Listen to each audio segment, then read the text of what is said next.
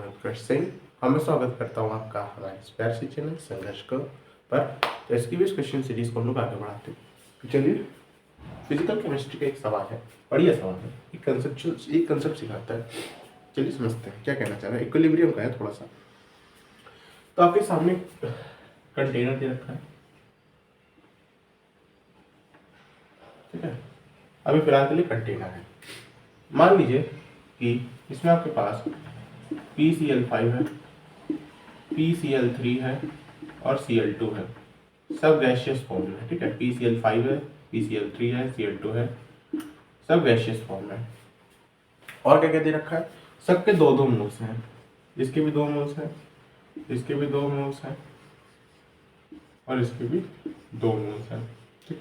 इसकी volume V दे रखी है, प्रेशर आपको कुछ 100 किलो पास्कल दे रखा है और टेम्परेचर को T दे रखा है, ठीक। यहाँ तक बात समझ आई। एक कंटेनर है जिसकी वॉल्यूम भी है, प्रेशर कुछ ऐसा है, टेम्परेचर कुछ ऐसा है, 3 गैसियस फॉर्म में, तीनों के 2 मोल हैं, ठीक। अब हमने क्या किया, इक्विलिब्रियम में है ये मिक्सचर इज इन इक्विलिब्रियम, देख लेते हैं।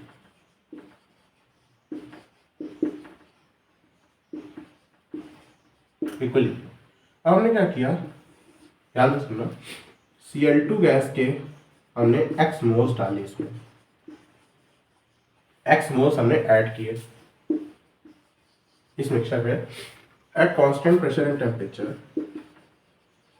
Constant pressure and temperature, pressure and temperature को नहीं बदला तब तक, जब तक sorry at constant pressure and temperature कब तक करते गए, जब तक फाइनली जब तक वॉल्यूम आपकी 2V ना हो जाए, ठीक है। यहाँ पे वॉल्यूम आपकी V लीटर थी, यहाँ पे वॉल्यूम आपकी 2V लीटर ना हो जाए, ठीक है। हेलो आपने, ठीक है, मतलब एक्सपेंड करके होगा। थोड़ा सा बात समझने की कोशिश करो। Cl2 के हम लोगों ने x मोल्स डाले, कब तक डालते गए, पहले बात तो कांस्टेंट प्रेशर एंड टेम्परेचर पे डाला जब तक की वॉल्यूम आपकी 2V लीटर ना हो जाए, चलो। तो ये जो आपको x दे रखा है, आपको 90x की वैल्यू बतानी है। 90x की वैल्यू क्या होगी, बढ़िया सवाल है, ट्राई करिए, ठीक है। मेरे ख्याल से ट्राई कर लिया होगा, मेरी बारी है। देखिए, बहुत आराम से कराएंगे, ऐसा कुछ नहीं जो आपको ना आता हो। अपने केमिकल इक्विलिब्रियम के बेसिक कंसेप्ट्स पता है तो सवाल कर सकते हो, थोड़ा सा ध्यान रखना है, ठीक है। तो चलिए मेरी बारी, चलिए। तो फिलहाल ये गैसियस मिक्सचर इक्विलिब्रियम में कैसे हो सकता है, चलो बेसिक इक्वेशन तो ये आपको पता होनी चाहिए।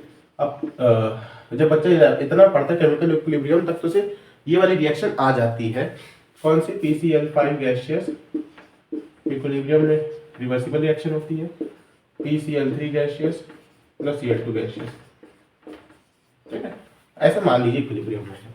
आप चाहे पीछे से कर देते, मैंने आगे से कर दी, मैंने डिकम्पोजिशन वाली रिएक्शन कर दी, आप चाहे पीछे से भी कर देते, कोई दिक्कत ना होती, ठीक है, ठीक है। जब तक क्वेश्चन में स्टेट ना किया तब तक हम अपनी मनमानी कर सकते हैं थोड़ी हद। तो इसके 2 मोल्स हैं, 2 मोल्स से 2 मोल्स हैं, तो T बराबर 0 पे आपको क्या दे रखा है, इसके 2 मोल्स हैं, इसके 2 मोल्स हैं, इसके 2 मोल्स हैं। इतनी बात हमने भी लिख दी, बहुत बढ़िया। अच्छा, अगर हम इस रिएक्शन का Kc फाइंड आउट करें तो क्या होगा, Kc फाइंड आउट करोगे तो आपको 2/V इसका, 2/V इसका, और यहाँ से 2/V इसका। Kc फाइंड आउट करना आता है ना, प्रोडक्ट्स की कंसंट्रेशन अपॉन रिएक्टेंट कंसंट्रेशन, क्योंकि कुछ स्टोइकियोमेट्रिक कोफिशिएंट 1 है तो पावर में कुछ आएगा नहीं, तो यहाँ से 2V चला जाएगा, तो Kc जो आएगा आपका वो 2/V आएगा। और कंसेप्ट क्या सिखाता है ये चीज कि कभी भी देखो Kc नहीं बदलता, Kc Kp आपके रिएक्शन के लिए डिफाइंड होते हैं। हाँ, कंसंट्रेशंस बदलती जाए, Kc नहीं बदलेगा, Kc के हिसाब से कंसंट्रेशन बदलेगी, ये कंसेप्ट ध्यान में रखना हमेशा। Kc आपके शायद टेम्परेचर पे डिपेंडेंट होता है, Kc कंसंट्रेशन पे डिपेंडेंट नहीं होता है ना। इक्विलिब्रियम की कंसंट्रेशन डिपेंडेंट नहीं होती, आप कंसंट्रेशन बदलते जाओगे, Kc नहीं बदलेगा, Kc के हिसाब से कंसंट्रेशन बदलेगी। तो फिलहाल अभी Kc की एक पर्टिकुलर वैल्यू हमारे पास आ गई, इतना काम हो गया। अब देखो हमने क्या छेड़छाड़ करी, हम लोग ने Cl2 मोल्स डाल दिए, Cl2 के मोल्स डाल दिए, तो क्या होगा, अब ली चैटलिया प्रिंसिपल आएंगे हमारे सामने। कंसेप्ट क्या है, ली चैटलिया प्रिंसिपल का, ठीक है। तो ली चैटलिया प्रिंसिपल का कहता है ये Cl2 की कंसंट्रेशन बढ़ा रहे हो, अब रिएक्शन कहाँ जाएगी, पीछे की तरफ जाएगी, है ना, क्योंकि इसके मोल्स बढ़ रहे हैं, इक्विलिब्रियम डिस्टर्ब हो रहा है, तो इक्विलिब्रियम चाहिए इसके मोल्स कम होने लगे, क्योंकि इसके बढ़ा रहे हो, रिएक्शन पीछे की तरफ जाएगी। तो पीछे वाली रिएक्शन लिख देते हैं, gaseous plus Cl2 gaseous PCl5 gaseous है। अब रिएक्शन उस तरफ जाएगी तो मैंने ऐसे लिख दिया, ठीक है। अच्छा, इस रिएक्शन का केसी क्या होगा, केसी डैश में नोट कर देता हूँ V/2, इसका पलट जाएगा ना, रिएक्शन अपने पलट दी, ठीक है। अभी केसी डैश तो वही रहेगा क्योंकि केसी डैश के हिसाब से कंसंट्रेशन बदलेगी, केसी डैश नहीं बदलेगा कंसंट्रेशन के हिसाब से, ठीक है। अब बात समझो, आपने Cl2 के कितने मोल्स डाल दिए, x मोल्स डाल दिए, तो इसके कितने मोल्स हो गए 2 + x। अब समय यहाँ से स्टार्ट करते हैं। अब क्या हो रहा है, मान लो t = 0 में यहाँ से स्टार्ट कर रहा हूँ, ठीक है। कोई ये ना कहे पहले t = 0 था फिर ये कैसे हो गया, बात समझो। हम अपने हिसाब से t = 0 कहीं से भी स्टार्ट कर देते हैं। तो अब t = 0 में यहाँ से स्टार्ट कर रहा हूँ, तो इसके कितने मोल्स हैं 2 + x है, इसके कितने 2 हैं, इसके कितने 2 हैं, यहाँ तक कोई दिक्कत नहीं। तो अब रिएक्शन जाएगी पीछे की तरफ, यानी कि अच्छा मुझे बताओ इन दोनों में से लिमिटिंग रिएजेंट कौन है, PCl3 और Cl2 में से लिमिटिंग रिएजेंट कौन है। लिमिटिंग रिएजेंट निकालना जानते हो, लिमिटिंग रिएजेंट के लिए मैं दिखा देता हूँ। आप लोग क्या करते हो, याद रखना, किसी को ना पता हो, मोल्स अपॉन स्टोइकियोमेट्रिक कोफिशिएंट करते हैं,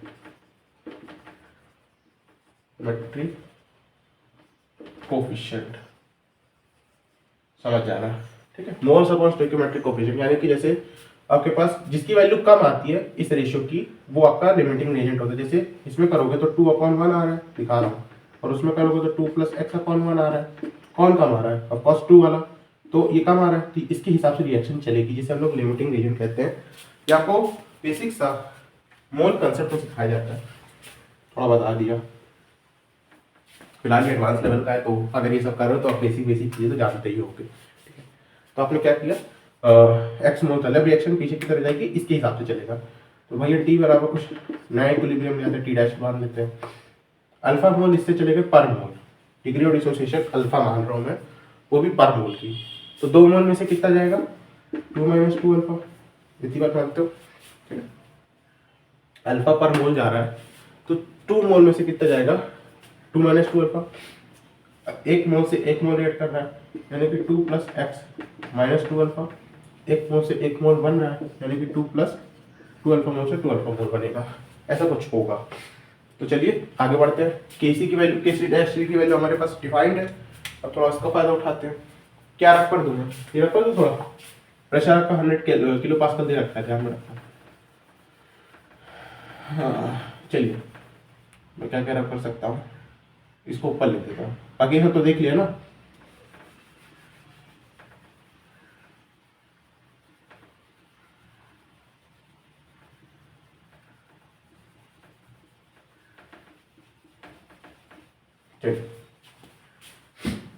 तो प्रेशर कितना दे रखा था 100 किलो पास्कल, यहाँ तक आ गया। केसी डैश आपको पता है कितना आ रहा है, V/2 V/2। तो अब किसकी कंसंट्रेशन रखोगे, इसकी।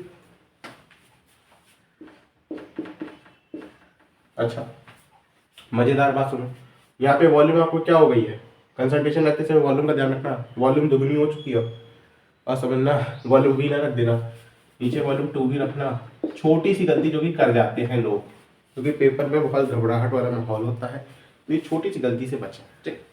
दूसरी बात इसका हो गया, अब इसका रखते हैं 2 + x - 2 अल्फा, वॉल्यूम 2 भी ऊपर जाएगा, 2 - 2 अल्फा, और वॉल्यूम 2 भी ऊपर जाएगा, कुछ काट दो, 2 भी से 2 भी कट जाएगा, ठीक है। तो एक रिएक्शन ऐसा कुछ बन रहा है, देखते हैं क्या बन रहा है, जो भी कट सकता है काटने की कोशिश करेंगे। जैसे ऊपर से 2 × 1 + अल्फा × 2b, नीचे से 2 × 1 - अल्फा, 2 + x - 2 अल्फा, 2 से ये 2 काट दो, ठीक है। तो फाइनली एक एक्सप्रेशन आ रहा है b = 4v × 1 + alpha upon 1 - alpha 2 + x - 2 alpha, कुछ ऐसे एक रिलेशन आ रहा है, ठीक है। यहाँ तक देख लीजिए, कोई दिक्कत नहीं सब किसी को, ओके। अब चलिए, अब बात इंपॉर्टेंट ये है कि एक इंपॉर्टेंट इंफॉर्मेशन कहीं मिस तो नहीं कर दी आप लोगों ने, ध्यान से सुनना। आपको मैंने क्या कराया था, आपके पास PCl5, ध्यान से सुनना मैं बोल रहा हूँ, PCl5 गैसियस था, PCl3 गैसियस था, Cl2 गैसियस था, ठीक है। थोड़ा आइडियल गैस इक्वेशन को पकड़िएगा। आपने Cl2 इंट्रोड्यूस कराया कैसे, कांस्टेंट प्रेशर और टेम्परेचर पे, ध्यान से सुनना। PV = nRT वाली इक्वेशन तो हमेशा काम आती है फिजिकल केमिस्ट्री में, हमेशा। सबसे पहले लिख लीजिए, भले इसका काम हो ना हो, देखो छुप के काम आ रहा है, देखता। प्रेशर कांस्टेंट है, टेम्परेचर कांस्टेंट है, ओके। आर तो ऑलरेडी कांस्टेंट होता है, तो V किसके प्रोपोर्शनल आया, N के। वॉल्यूम क्या हो रही है पूरे प्रोसेस के दौरान, दुगनी, 2 टाइम्स। तो मोल्स कितने होने चाहिए, दुगने। ये बात समझ में आई? ये बात पकड़ पाई कि नहीं पकड़ पाई, ये बताइए। कांस्टेंट प्रेशर एंड टेम्परेचर बहुत जरूरी वाली लाइन थी, क्योंकि उससे हमको ये पता चला कि volume directly proportional to N है। अगर वॉल्यूम दुगनी हो रही है तो नंबर ऑफ मोल्स दुगने होंगे। अब बात समझो, फिर कर दूं 90x की वैल्यू को फाइंड आउट करनी है, फिर कर दूं, चलिए अब बात समझिएगा। अगर मैं कहूँ मोल्स दुगने हो रहे, मोल्स है कितने इस समय, ऐड कर लूँ, तो भाई 2 - 2 alpha plus 2 + x - 2 alpha, 2 + x - 2 alpha, इसके मोल्स हो गए, फिर उसके मोल्स 2 + 2 अल्फा। चेक कर लीजिए, 2 - 2 अल्फा, 2 + x - 2 अल्फा, 2 + 2 अल्फा। अच्छा, दुगने मोल्स हैं ये मोल्स हैं। ये कितने होंगे, ये 2 टाइम्स होंगे इनिशियल वाले के। इनिशियल कितने थे, 2 2 2 2 2 मोल्स है ना सबके, 6 6 का दुगना 5, ये 12 के बराबर होंगे। बात समझे, मोल्स दुगने हो जाएंगे वॉल्यूम डबल होने से। ये आपके अभी मोल्स है, पहले 6 थे, दुगने हो चुके हैं, यानी कि बराबर 12 के होंगे। अब देखो -2 अल्फा से +2 अल्फा कटेगा, यहाँ से देख चलना, 2 यहाँ सही है ना, 2 2 4, इसको भी काटते जाओ, +2 6, इसको भी काटते जाओ, +6 + x - 2 अल्फा = 12 + x - 2 अल्फा, सब कट गया सही। अब देखो यहाँ से x - 2 अल्फा की वैल्यू 6 आएगी। मेरी वीडियो आ रही है, हाँ जी, x - 2 अल्फा की वैल्यू 6 आएगी। एक रिलेशन यहाँ से मिल गया आपको, इम्पॉर्टेंट वाला। अब क्या करना चाहिए, कुछ नहीं, बस अब काम खत्म है, आखिरी काम होता है। तो आप देख सकते हो कि मैं यहाँ कर दूँ,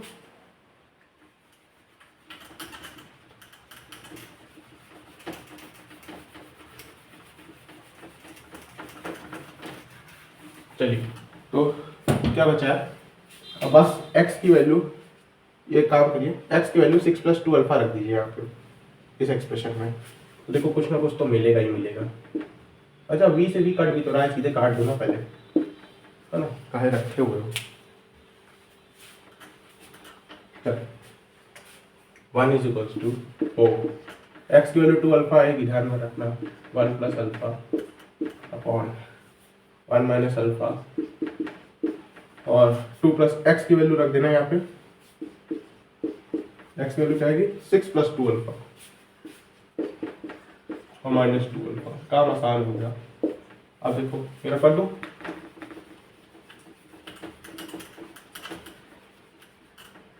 तो ये कट जाएगा 8 times of 1 - alpha = 4 times of 1 + alpha. एक रिलेशन ये बना, यहाँ से देखिए 8 - 8 अल्फा = 4 + 4 अल्फा। यहाँ से देखिए 8 - 4 4 इधर आएगा, 8 अल्फा + 4 अल्फा, 12 अल्फा उधर जाएगा, यानी कि अल्फा की वैल्यू 1/3 आएगी। ठीक है, इतनी बात समझ में आई? ठीक है, मुझे x की वैल्यू चाहिए थी, x और अल्फा में एक रिलेशन पता है, तो देख लो, x = 6 + 2 अल्फा, x = 6 + 2/3, x = 3 6 18 और 18 + 2 20/3, 20/3 आ रही है x की वैल्यू। आपको 90x चाहिए था, 90 × 20/3, 3 1 जा 330 जा 30 20 जा 600, ये आपका फाइनल आंसर होगा 600। बढ़िया सवाल है। आपको ये पकड़ना था कि जो मोल्स हो रहे हैं ये 2 टाइम्स हो रहे हैं, ये PV = nRT से आपको पता करना था। आपको इसमें केमिकल इक्विलिब्रियम के साथ साथ आपको सोचना भी था क्या क्या हो रहा है। ठीक है, तो आई होप ये सवाल आपको अच्छा लगा होगा, एक बार देख लीजिए। चलिए, तो सवाल ये है कि आपके पास है H2O, ध्यान से सुनिएगा, ये आपका गैसियस फॉर्म में है, 27 डिग्री सेल्सियस पे है और 0.4 एटीएम में है। ठीक है, ये कन्वर्ट हो रहा है आपका H2O लिक्विड में 27 डिग्री सेल्सियस में 0.4 एटीएम में। ठीक, तो आपको इसके लिए डेल्टा जी बताना है। ट्राई करिए इस सवाल को। बेसिकली सवाल के जरिए मैं आपको सिर्फ और सिर्फ एक कंसेप्ट सिखाना चाह रहा हूँ। सवाल बहुत 1 मिनट का है, लेकिन आपको कंसेप्ट सिखाना चाह रहा हूँ। तो ट्राई कर लिया, देख सकते हैं कि ये आपका फेज चेंज की एक रिएक्शन है, मतलब फेज चेंज हो रहा है। फेज मतलब सॉलिड से लिक्विड, जैसे लिक्विड से गैस उससे कहते हैं 7 में स्टार्ट कर देते हैं, solid liquid gas 3 states of matter. तो H2 गैस से लिक्विड में जा रहा है, 20 टेम्परेचर कांस्टेंट है, प्रेशर भी वही है। अच्छा, अगर पास समझिएगा, देखो फेज चेंज तो हमेशा कांस्टेंट टेम्परेचर पे होता है, ये बात तो पढ़ाते होंगे आप लोग के टीचर कि कभी भी फेज चेंज कांस्टेंट टेम्परेचर पे ही होता है। जैसे अगर आपका H2O जैसे आइस है, जब वाटर में कन्वर्ट होती है तो किस टेम्परेचर पे होती है? 0 पे होती है, 0 डिग्री सेल्सियस, एक कांस्टेंट टेम्परेचर पे होती है। क्या फेज चेंज के दौरान टेम्परेचर बदलता है? नहीं, टेम्परेचर तो नहीं बदलता, तो टेम्परेचर का तो बदलने का सवाल नहीं उठता फेज चेंज में। पहले बात आप इतना समझ लीजिए, मानते होंगे। ठीक, दूसरी बात यहाँ पे एक चीज और कांस्टेंट सेम दे रखी है, 0.4 एटीएम, 0.4 एटीएम। इस पे सारा खेल है, ध्यान से सुनिएगा मेरी बात को। अभी आपका टेम्परेचर सेम है, टेम्परेचर तो सेम हो गई हर जगह फेज में, उसकी दिक्कत बिल्कुल नहीं है। प्रेशर सेम है, तो डेल्टा जी आपका चुपचाप से 0 आएगा। क्यों आएगा बताओ? चलिए थोड़ा सा दिखा देता हूँ, ताकि हम इस पे बाकी एक अच्छे से डिस्कशन अगली वीडियो में करेंगे। एक अभी आपको थोड़ा सा डेमो देना है। चलिए, तो देखो फेज चेंज का तो आप लोग मानते हो डेल्टा जी 0 होता है। फेज चेंज का आप लोग नेट पे डालिए, कहीं भी डालिए, यूट्यूब पे सर्च कर लीजिए, मैं समझा भी देता हूँ फेज चेंज पे 0 क्यों होता है। क्योंकि आपका इक्विलिब्रियम में होता है मिक्सचर, जो भी है इक्विलिब्रियम में होती है रिएक्शन। फेज चेंज के दौरान इक्विलिब्रियम वाला साइन भी बना रखा है, यानी कि इक्विलिब्रियम में आपकी रिएक्शन ना आगे जाती है ना रिएक्शन पीछे जाती है। इक्विलिब्रियम में डेल्टा जी 0 होता है, या आपके एनसीईआरटी लाइन में भी लिखा होगा, आप जो बुक पढ़ रहे होंगे उसमें भी लिखा होगा कि अरे जब इलेक्ट्रोकेमिस्ट्री पढ़े हैं तो उसमें जब आपकी सेल रिएक्शन इक्विलिब्रियम में आती है तो ई सेल क्या होता है? ई नॉट नहीं पूछ रहा हूँ, ई सेल, ई सेल 0 होता है ना। ई सेल 0 है तो डेल्टा जी भी तो 0 ही होता है ना, delta G minus NF E cell होता है। डेल्टा जी नॉट नहीं पूछ रहा हूँ, डेल्टा जी पूछ रहा हूँ, समझे? तो इक्विलिब्रियम में डेल्टा जी 0 होता है। दूसरी बात, अभी ये प्रेशर सेम है। अगर मैं सवाल को थोड़ा सा ट्विस्ट करके अभी आपसे देख लूँ, चलो सवाल को ट्विस्ट कराता हूँ। यहीं पे अगर मैं ध्यान से देखना, इसका तो आंसर 0 हो रहा है, और ये मैं थोड़ा सा आपको मान लीजिए 27 डिग्री सेल्सियस पे है, और ये क्या ले लूँ, 14 एटीएम से H2O liquid 27 degree Celsius 13 ATM जा रहा है। अब डेल्टा जी बताइए इस रिएक्शन का, डेल्टा जी बताइए इस रिएक्शन का। अभी मैं वो भी समझा रहा हूँ 0 कैसे आया, प्रेशर का क्या कनेक्शन है, इस सवाल से समझेंगे आप लोग। तो ट्राई करिए। तो आई होप आप लोगों ने ट्राई कर लिया होगा। चलो इस रिएक्शन को मैं जैसे लिखा 2 स्टेप्स में लिखता हूँ। जैसे पहला स्टेप क्या होगा मेरा, ध्यान से देखिएगा।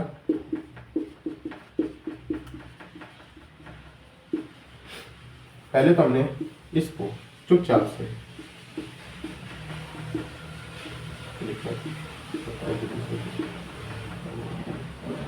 इसमें कन्वर्ट किया, इसका मान लीजिए डेल्टा G1 आएगा।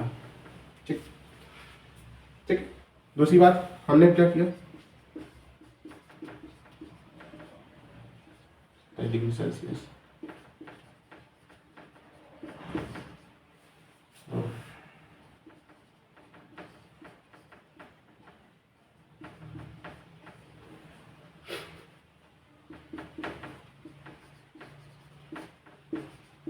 मैं देख लो मेरी चीज आ रही है, आ रही है, समझिए बात को। आपने क्या किया, ध्यान से समझ, जो समझदार है समझ जाएगा एक बार में। इस रिएक्शन का डेल्टा जी निकालना था, तो इस रिएक्शन को 2 स्टेप्स में तोड़ लिया। क्या? पहले आप H2O गैस जो भी था उसी को चुपचाप से लिक्विड फॉर्म में इक्विलिब्रियम में एग्जिस्ट करा लीजिए। ठीक, जैसे 14 ATM था तो चुपचाप से 14 ATM कर लिया उसी टेम्परेचर पे उसी बात पे। दूसरी रिएक्शन में मैंने क्या किया, ये सब तो कांस्टेंट था, 14 ATM को बस 13 ATM में कन्वर्ट करना है। तो एक रिएक्शन डेल्टा G1 ये वाली हो गई, तो ये रिएक्शन डेल्टा G2 वाली हो गई। बात समझ में मैंने क्या किया? अरे कोई भी पढ़ते हो तो एक रिएक्शन को 2-3 स्टेप्स में नहीं तोड़ते हो, फिर उनका डेल्टा G कैलकुलेट कर लो, तो वही किया है। इस रिएक्शन का तो मुझे पता है डेल्टा G 0 है, फिर बता रहा हूँ कि प्रेशर के साथ क्या कनेक्शन है, यहाँ से समझो। तो इस रिएक्शन को पहले मैंने 14 ATM से 14 ATM में किया लिक्विड स्टेट में, ठीक है, फिर 14 ATM से मैंने 13 ATM में कर दिया कन्वर्ट। अब डेल्टा G1 तो आपका 0 है, पीछे बता के आ रहा हूँ, ठीक है, डेल्टा G1 0 आएगा क्योंकि फेज चेंज वाली है। डेल्टा G2 की बात करते हैं। डेल्टा G2 से आपको वो अलग चीज भी समझ में आ जाएगी, ध्यान से देखिएगा, मैं कर दूं तब तक। डेल्टा G2 की बात करते हैं। मुझे बताइए डेल्टा G2 वाला कौन सा प्रोसेस होगा, मतलब कैसा प्रोसेस है। थर्मोडायनेमिक्स का पूरा नॉलेज ले आइएगा।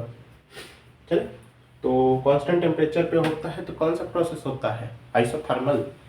अच्छा, ये प्रोसेस आपका डेल्टा G2 के लिए जो भी प्रोसेस है ये आइसोथर्मल प्रोसेस है।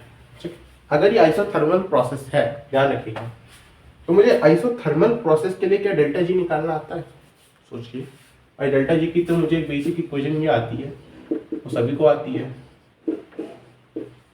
जो मैं निकाल रहा हूँ। ये वाली रिलेशन तो पढ़ते हो, इसी में सब लोग निकालेंगे। पहले बताओ ये आता है कि नहीं आता?